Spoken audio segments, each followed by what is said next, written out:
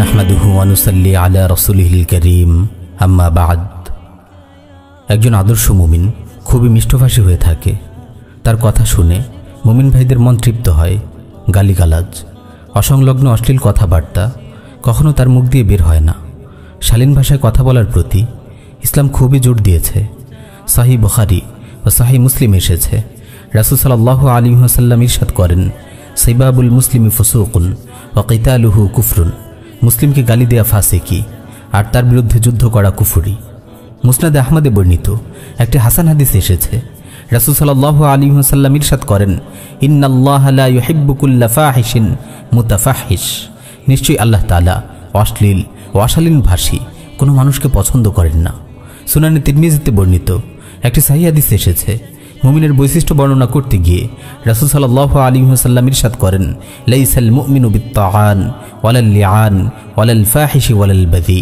মুমিন অধিক নিন্দাকারী, অধিক অভিশাপকারী, অশ্লীল ভাষী ও দুশ্চরিত্র নয়। প্রিয় ভাই, মুমিন মাত্রই সুন্দরের প্রতীক।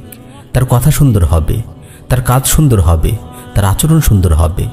অন্তরের লালিত ঈমানের প্রভাবে তার সব কিছুই সুন্দর ও নির্মল হয়ে উঠবে। প্রিয় নবী সাল্লাল্লাহু আলাইহি ওয়াসাল্লাম ছিলেন সত্যভাষী ও মধুর আচরণের মূর্ত প্রতীক। তিনি কখনো কাউকে কষ্ট দিয়ে কথা বলতেন না, কাউকে কথায় ছোট করতেন না, কারো মর্যাদায় আঘাত করতেন না, এমনকি কাউকে অস্বস্তিতেও ফেলতেন না। সহিহ বুখারীতে এসেছে, হযরত আনাস রাদিয়াল্লাহু তাআলা আনহু বলেন, লাম ইয়াকুন রাসূলুল্লাহ সাল্লাল্লাহু আলাইহি ওয়াসাল্লাম ফাহিশান ওয়ালা লাআনান ওয়ালা সাব্বাবান, কানা ইয়াকুলু ইনদাল মা'তাবাহ মা লাহু তারিবা জাবিনু। রাসূল সাল্লাল্লাহু আলাইহি ওয়াসাল্লাম অশালীন, লানতকারী ও গালিদাতা ছিলেন না। কাউকে তিরস্কার করার সময় শুধু এটুকু বলতেন, কি হলো তার, ধুলোমলিন হোক তার কপাল। প্রিয় ভাই, আমাদের মুখের ভাষা যদি সুন্দর হয়, আমাদের দৈনন্দিন জীবনও সুন্দর হয়ে উঠবে। ঝগড়া ফাসাদের মতো বেহুদা ঝামেলা থেকে আমরা বেঁচে থাকতে পারব। আমাদের চারপাশের আবহ সুন্দর হয়ে উঠবে। পক্ষান্তরে রুক্ষ স্বভাব ও কঠোর ব্যবহার আমাদের সম্পর্কগুলোকে শিথিল করে তোলে, চারপাশের পরিবেশকে অস্থির করে রাখে। একটু চিন্তা করে দেখুন, মানুষের মুখে গালি কত খারাপ শোনায়। ইসলাম জীবিত মানুষদের তো দূরের কথা, মৃতদেরও গালি দিতে নিষেধ করে। সহিহ বুখারীতে এসেছে, রাসূল সাল্লাল্লাহু আলাইহি ওয়াসাল্লাম ইরশাদ করেন, লা তাসুব্বুল আমওয়াত ফাইন্নাহুম ক্বাদ আফদাউ ইলা মা কদ্দামু।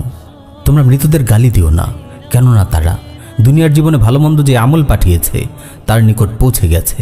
প্রিয় ভাই, আজ থেকে দৃঢ় প্রতিজ্ঞ হন, কখনো অশ্লীল ভাষা ব্যবহার করবেন না, কাউকে গালি দেবেন না, সবার সঙ্গে সুন্দর ব্যবহার করবেন।